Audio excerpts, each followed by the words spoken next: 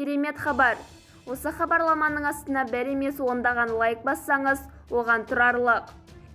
Ассалаумағалейкум, құрметті қымбаттылар. Ең соңғы жаңалықтарды алғашқылардың қатарында білгіңіз келсе, бейне астындағы лайк және подписация таңбаларын басып, біздің арнамызға жазылуды ұмытпаңыз. Егер сіз жазылған болсаңыз, онда біз бастадық. Көмек көрсету пункттері ашылды. Еліміздің ірі сауда орталықтарында мұқтаж отбасылардың балаларына мектепке дайындық бойынша көмек көрсету пункттері ашылды. Одан бөлек ата-аналардың сауалдарына жауап беретін жедел жері іске қосылды. Мектепке жол республикалық қайырымдылық акциясы 2008 жылдан бастап тұрақты ұйымдастырылып келеді. Аталған көмек аз қамтылған көп балалы отбасылардың балалары, асыраушысынан айырылған және ерекше балаларға бағытталған.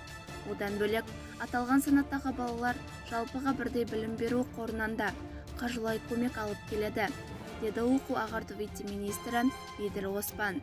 Бізді бақылауды жалғастырыңыз.